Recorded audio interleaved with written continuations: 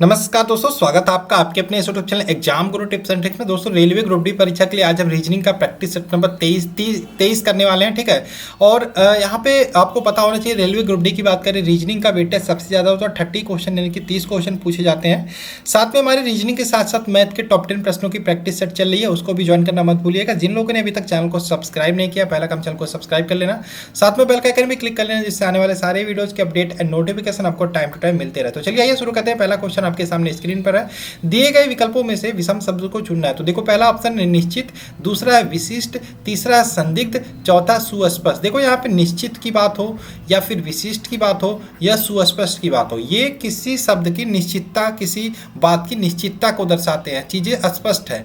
लेकिन अगर जो ऑप्शन नंबर सी देखोगे संदिग्ध, यहाँ नहीं कि यहाँ पे चीज़ें स्पष्ट नहीं है, थोड़ी सी संदिग्ध है, इसलिए ऑप्शन नंबर सी इसमें से विषम शब्द हो जाएगा। नेक्स्ट क्वेश्चन की बात करें, शीत ऋतु, जिस प्रकार से शीत ऋतु आपकी ऋतु से संबंध है, अश्याम यानी कि ये कलर होता है, ये रंग से संबंधित है, या फिर कह सकते हैं ऋतुओं से शीत ऋतु होता है, रंग से एक रंग अश्याम रंग होता है, कपड़ों से कमीज बनता है, क्या समुद्र से में रेत होता है, समुद्र से रेत होता नहीं, समुद्र से रेत निकाला जाता है। ठीक है, तो इसका जो आंसर होगा राइट, यहाँ पे ऑप्शन नंबर डी हो जाएगा। ऑप्शन नंबर डी यहाँ पे राइट आंसर होगा, थोड़ा सा डिफरेंट होगा। ठीक है। नेक्स्ट क्वेश्चन की बात करें, दिए गए विकल्पों में से विषम, देखो अल्फाबेट से रिलेटेड अगर जो क्वेश्चन आपको मिलता है अल्फाबेटिकल सीरीज से, तो क्या क्या चीज़ें आपको पता होनी चाहिए। ए बी सी डी से जेड तक की रैंकिंग, ए की रैंकिंग 1, बी की रैंकिंग 2, जेड की रैंकिंग 26, अपोजिट रैंकिंग तक पता होनी चाहिए। साथ में अपोजिट वर्ड भी पता होने, जैसे ए बी सी जी, यम आपका होता है, यन होता है, फिर यहाँ पे जेड होता है। अपोजिट मतलब क्या, ए का अपोजिट होता है, यहाँ पे आओगे जेड। बी का अपोजिट कितना होता है, वाई जेड होता है, पी का अपोजिट वाई होता है। इसी प्रकार सी एम का अपोजिट यन होता है, सी का अपोजिट एक्स होता है। ये भी आपको पता होना चाहिए। जितना जल्दी ये चीज़ें आप याद कर लोगे, उतना जल्दी अल्फ़ाबेटिकल वाले क्वेश्चन आप कर पाओगे। तो आओ इसी प्रकार से ये क्वेश्चन की बात करें। इस क्वेश्चन में आपको क्या है, अगर जो आपको रैंकिंग पता होगी कैसे निकालते हैं, तो आसानी से कर लोगे। तो ऑप्शन नंबर ए है FIHG। तो F के बाद I आएगा, जी हाँ, F के बाद I आएगा। कब आएगा, जब +3 आगे जाओगे। क्या I के बाद H आएगा, नहीं, I के बाद H नहीं आएगा, पहले आएगा। यानी कि कब पहले आएगा, -1 आगे आने पे। H के बाद G आएगा, जी हाँ, H के बाद G नहीं आएगा, यहाँ पे -1 आने पे पहले आएगा, यानी कि H के पहले G आएगा। ठीक। अब उसी प्रकार से ऑप्शन बी देखते हैं। ऑप्शन बी है CGEF। क्या सी के बाद जी आएगा, जी हाँ आएगा। कब, +4 आगे जाने पर। सी के बाद DEFG, +4 आगे जाने पे आपका जी आ रहा है। देख रहे हो यहाँ पे आपका थोड़ा सा डिफरेंट हो रहा है, तो इसको आगे सॉल्व मत करो। अब आप आगे वाला सॉल्व कर लो, JKLM का, JMLK को सॉल्व कर लो। जे के बाद M कब आएगा, जे के बाद एम कब आएगा, जे के बाद एम आएगा जब आप +3 आगे जाओगे। अब आप यहाँ पे साफ साफ दिखाई दे रहा है, ये वाला सेम है, ये वाला सेम बन रहा है, लेकिन ये वाला बी वाला थोड़ा सा डिफरेंट बन रहा है, यहाँ पे +4 आने पे बन रहा है। तो यही आपका राइट आंसर हो जाएगा। आगे आपको सॉल्व करने की ज़रूरत नहीं है, और यहाँ पे जब आपको आंसर पता चल जाता है। रीजनिंग की एक खास बात होती है, देखो यहाँ पे जब भी आपको इस प्रकार से दिशा से रिलेटेड क्वेश्चन पूछे, डायरेक्शन टेस्ट, तो आप दिशा कहाँ से बनाओगे, ये पूरब मानना, ये पश्चिम मानना, ये उत्तर मानना, ये दक्षिण मानना। ठीक। अब इसी प्रकार से क्वेश्चन जो कह रहा है उसको फॉलो करा दो। क्वेश्चन है, सुरेश 7 किलोमीटर पूरब की ओर, मान लो यहाँ से सुरेश चलता है 7 किलोमीटर पूरब की ओर चलता है, 7 किलोमीटर। उसके बाद बाई मुड़ा और 4 किलोमीटर चलता है। मान लो बाई मुड़ा और 4 किलोमीटर चला। अब बोल रहा है फिर से वह दाई मुड़ा और 5 किलोमीटर चला। सुरेश दाई मुड़ा और 5 किलोमीटर चला। क्या बोल रहा अंत में, फिर से दाई मुड़ा और 4 किलोमीटर चला, फिर से दाई मुड़ा, 4 किलोमीटर यहाँ आएगा। अब पूछ रहा है वह आरंभिक बिंदु से किस दिशा में चल रहा है। आरंभिक बिंदु कहाँ से, वो कहाँ से चलना शुरू किया था, यहाँ से किस दिशा में चल रहा है। तो यहाँ से अगर जो बात करें, इस दिशा में, किस दिशा में, इस दिशा में है। ठीक। तो इस दिशा में मतलब आपका पूरब दिशा में है। ठीक है, पूरब दिशा की ओर है। देखो यहाँ पे, यहाँ है, और यहाँ से यहाँ पहुँचा है, तो ये किस दिशा में है, पूरब दिशा की ओर है। ठीक है, तो यहाँ पे आंसर हो जाएगा आपका पूरब दिशा। ऑप्शन देखो कौन सी है, ऑप्शन नंबर सी हो जाएगा। आगे चले नेक्स्ट क्वेश्चन की बात करेंगे। सोहन अपने घर से 15 किलोमीटर पश्चिम की ओर चलता है। तो चलिए सोहन को हम 15 किलोमीटर, मान लो सोहन का घर यहाँ से है, सोहन को हम 15 किलोमीटर पश्चिम दिशा की ओर चला देते हैं, 15 किलोमीटर चला देते हैं। अब फिर बाएं मुड़कर 20 किलोमीटर चलता है, यानी कि अब भी उसको बाएं मुड़ा के हम जो भी कहता है वो फॉलो करा देते हैं, 20 किलोमीटर चला देते हैं। अब फिर पूर्व में मुड़कर वो 25 किलोमीटर, अब इसको हम 25 चलाते हैं। चलो भाई जितना चलना हो तुम्हें कोई दिक्कत नहीं, हम तो चलाएंगे। 25 किलोमीटर चला दिया हमने। अब वह बाएं मुड़कर 20 किलोमीटर, अब हम फिर से बाएं मुड़ा और फिर से हम इसको 20 किलोमीटर चला देते हैं। वह अपने घर से कितनी दूरी पर है? घर उसका कहाँ था? घर उसका यहाँ था, अब वह यहाँ पहुँच गया है।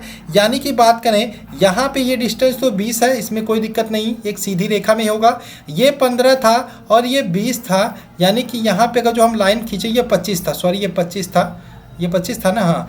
यहाँ पे लाइन खींचे तो आपका ये भी 15 हो जाएगा। दूरी कितना है? यहाँ से यहाँ तक हमको निकालना है, तो आप 25 में से ये 15 घटा दोगे, यानी कि 10 किलोमीटर आपकी दूरी निकल के आ जाएगी। ऑप्शन देखोगे, ऑप्शन नंबर सी यहाँ पे आपको राइट आंसर साफ साफ दिख जाएगा। आगे चले नेक्स्ट क्वेश्चन पे।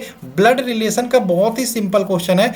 एक फोटोग्राफ में एक पुरुष की इशारा करते हुए एक महिला ने कहा वह मेरी माँ, महिला की माँ के पिता, महिला के माँ के पिता।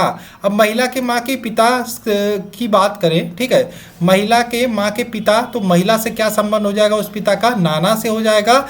और नाना का इकलौता पुत्र, महिला का क्या संबंध होगा? तो नाना का इकलौता पुत्र का उस लड़की से संबंध होगा भांजी। ठीक है, क्या हो जाएगा इसका आंसर? भांजी हो जाएगा। ऑप्शन नंबर ए यहाँ पे साफ साफ दिखाई दे रहा है। आगे चले नेक्स्ट क्वेश्चन की बात करेंगे। बोर्ड का जो अर्थ 1981 से है, उसी प्रकार से क्लॉक का अर्थ क्या? देखो क्वेश्चन किस प्रकार से बन सकते हैं, आपके सोचने की सीमा नहीं हो सकती। ठीक है, कैसे आप सोच के सॉल्व कर सकते हो। बोर्ड को 19812 लिखा है, ठीक है, तो यहाँ पे देखो बी की रैंकिंग आपकी दो होती है, लेकिन यहाँ पे 1 लिखा है। यहाँ पे देखो ये ओ है, डी की रैंकिंग आपकी 4 होती है, 2 लिखा है। यहाँ पे कुछ भी आपके समझ में नहीं आ रहा क्या आखिर किया क्या गया है। ठीक है, इसके बाद देखो आर, यहाँ पे आपको सॉरी ये ए है, मैं फिर से लिखता हूँ। मैं जल्दीबाजी में मैं ज़्यादा रहता हूँ, मैं सोचता हूँ जल्दी जल्दी करूँ, और इसी जल्दीबाजी के चक्कर में मैं कभी कभी गलत भी करने लगता हूँ। ठीक है, तो ये काम आपको नहीं करना, जल्दीबाजी आपको नहीं करना। ठीक, तो यहाँ पे BIROD को BROAD को हमने लिखा 19812। अब इसमें आप देख रहे हो बी को 1 लिखा है, आर को 9 लिखा है, डी को 8 लिखा है, ए को 1 लिखा है, और यहाँ पे डी को 2 लिखा है। ए और बी को इसने 1 लिखा है, तो मान लो ए और बी 1 के बराबर है, और यहाँ पे दिखा डी को 2 लिखा है, यानी कि सी और डी भी मान सकते हो आप 2 के बराबर है। इसी प्रकार से आगे भी मान सकते हो। ठीक है, डी ए बी 1 के बराबर, सी डी 2 के बराबर, ई एफ मान सकते हो 3 के बराबर। ठीक, इसी प्रकार से आप आगे मान सकते हो। जैसे इसी प्रकार से आगे मानते आओगे तो वाई जेड आपके किसके बराबर हो जाएगा? 13 के बराबर हो जाएगा। जी एच आपका किसके बराबर हो जाएगा? 4 के बराबर। आई जे की बात करें, आई जे आपका 5 के बराबर होगा। के एल की बात करें 6 के बराबर होगा। एम एन की बात करें तो ये आपका 7 के बराबर होगा। ओ पी की बात करें 8 के बराबर होगा। यहाँ पे ओ आया है, ओ 8 से डिनोट किया यहाँ पे। जी हाँ, हमने सही पकड़ा। क्वेश्चन में कुछ इसी प्रकार से चीज़ें की गई हैं। अब हमको ये पूछा है CLOC के क्या होगा, तो C को हम यहाँ पे देखो, C आपका 2 के बराबर है, 2 लिख देंगे। L किसके बराबर है? L यहाँ पे 6 के बराबर है, हम 6 लिख देंगे। O की बात करें वो 8 के बराबर है, तो हम 8 लिख देंगे। C की बात करें, C आपका यहाँ पे देखो 2 के बराबर है, हम 2 लिख देंगे।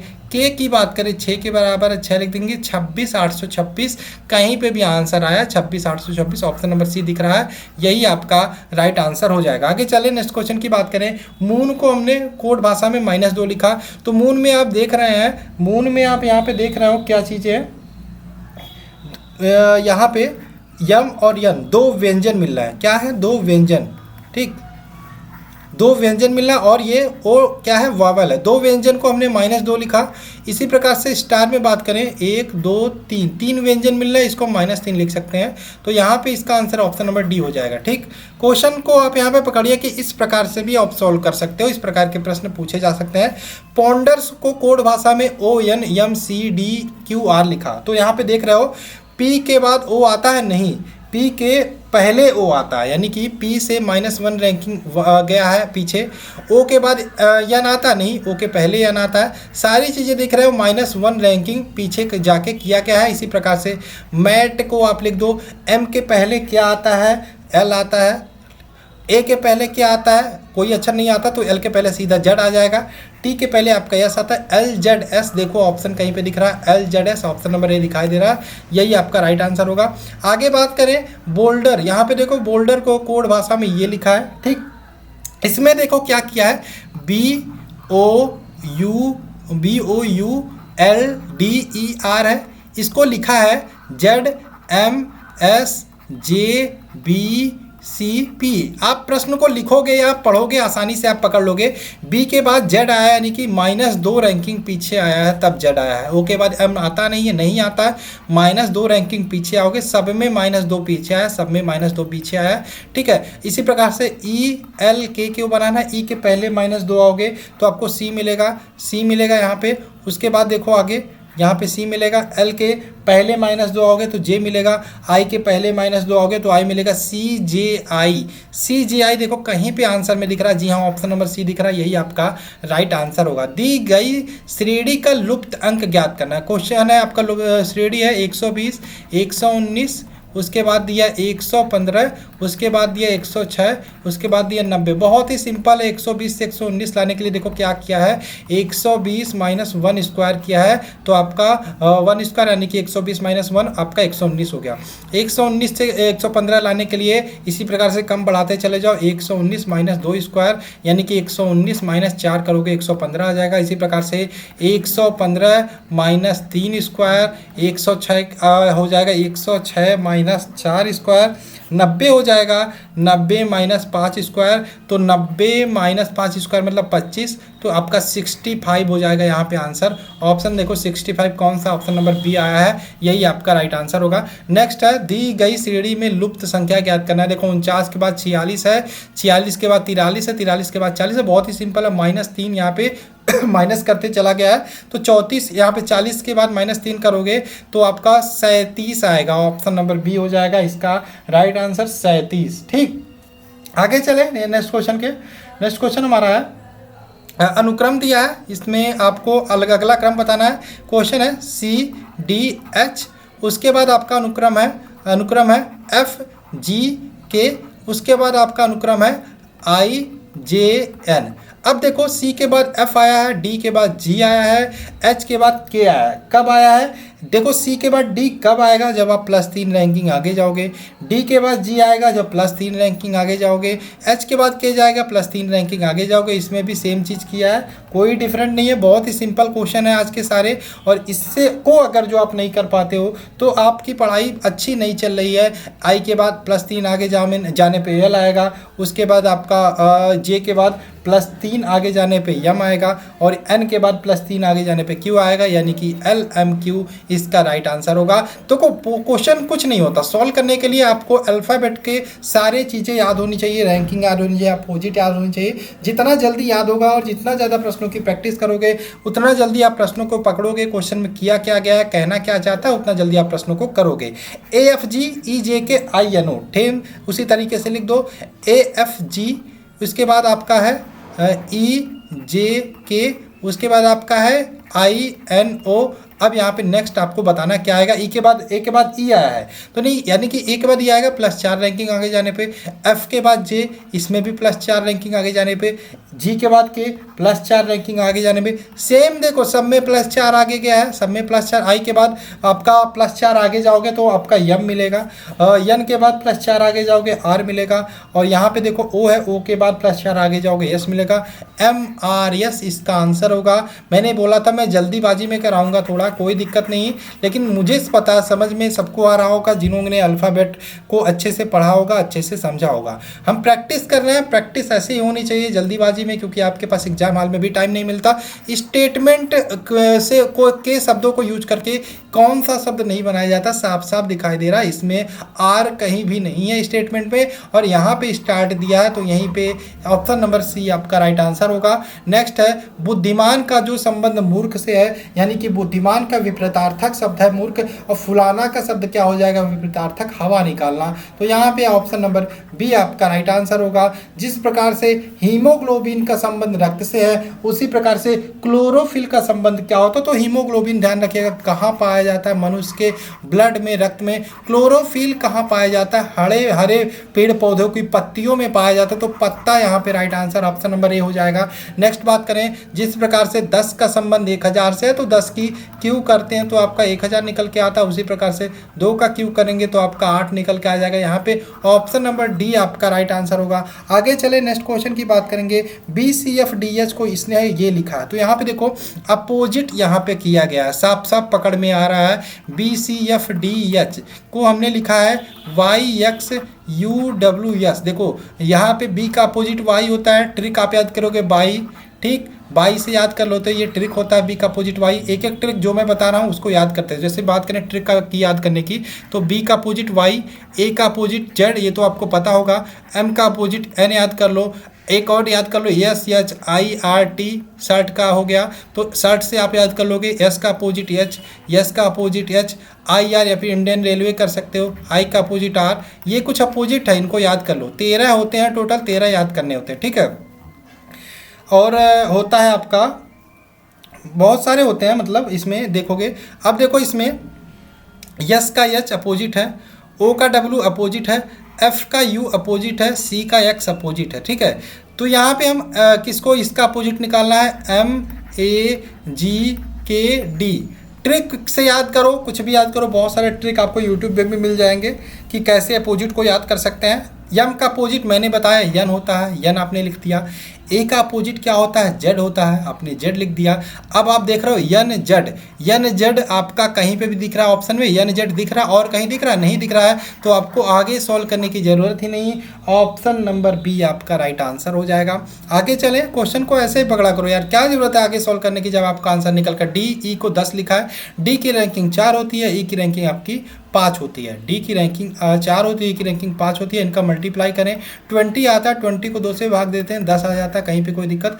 एच की रैंकिंग, आई की रैंकिंग की बात करें तो एच की रैंकिंग अल्फ़ाबेट में 8 होती है, आई की रैंकिंग 9 होती है। 8 गुणे 9 करेंगे 72 आएगा, 72 को 2 से डिवाइड करेंगे 36 निकल के आएगा।